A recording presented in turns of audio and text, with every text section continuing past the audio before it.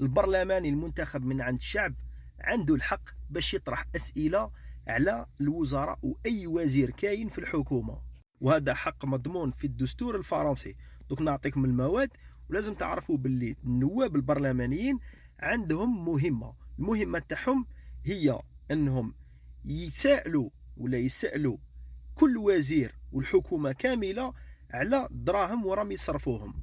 هذه الأسئلة ممكن تكون مكتوبة ولا تكون في البرلمان، يسألوا هذاك الوزير وهذاك الوزير يرد أمام البرلمان. والبرلمانيين تانيك عندهم صلاحية أنهم يقوموا بتشريع القوانين في كل دولة، يعني كل القوانين اللي راهم في الدولة في الوقت الحالي راهم من عند هادوما لي ديبوتي ولا النواب البرلمانيين. وعندهم تانيك الصلاحية أنهم ينتخبوا على الميزانية، يعني الحكومة تطرح المشاريع تاعها قبل السنة القادمة، وهادوك البرلمانيين يصادقوا على هذاك البيجي، وهادوما مضمونين في المادة 124 دستور فرنسي. أما بالنسبة للأسئلة تلقاوهم في المادة 136 133 دستور فرنسي. تهلاو في روحكم، سلام.